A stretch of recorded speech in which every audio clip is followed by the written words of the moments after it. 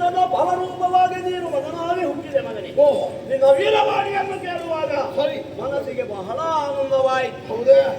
ವಿದ್ಯಾಭ್ಯಾಸವನ್ನು ಮಾಡಿ ಅರಮನೆಯನ್ನು ಸೇರಿದವನೇ ನೀನು ಸಾಮಾನ್ಯನಲ್ಲ ಎಂಬಂತಹ ವಿಷಯದಿಂದ ಗುರುಗಳಿಂದ ನಾನು ಕೇಳಿಬಲ್ಲೆ. ಆದರೂ ಮಗ ಎಂಬಂತಹ ವ್ಯಾಮೋಹದಿಂದ ಒಂದೆರಡು ಮಾತುಗಳನ್ನು ಆಡಿದ್ದೇನಷ್ಟೇ.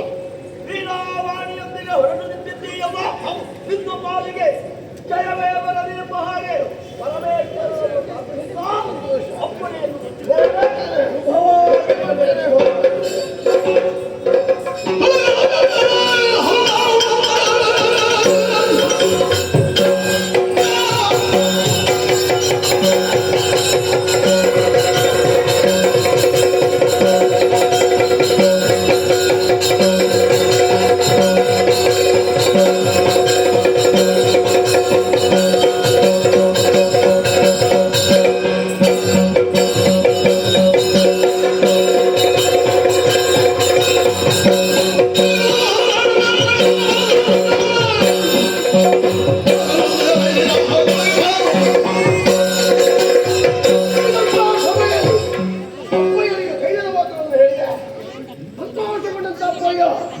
ನಿನಗೆ ಮಂಗಲವಾಗಲಿ ಮಗನೇ.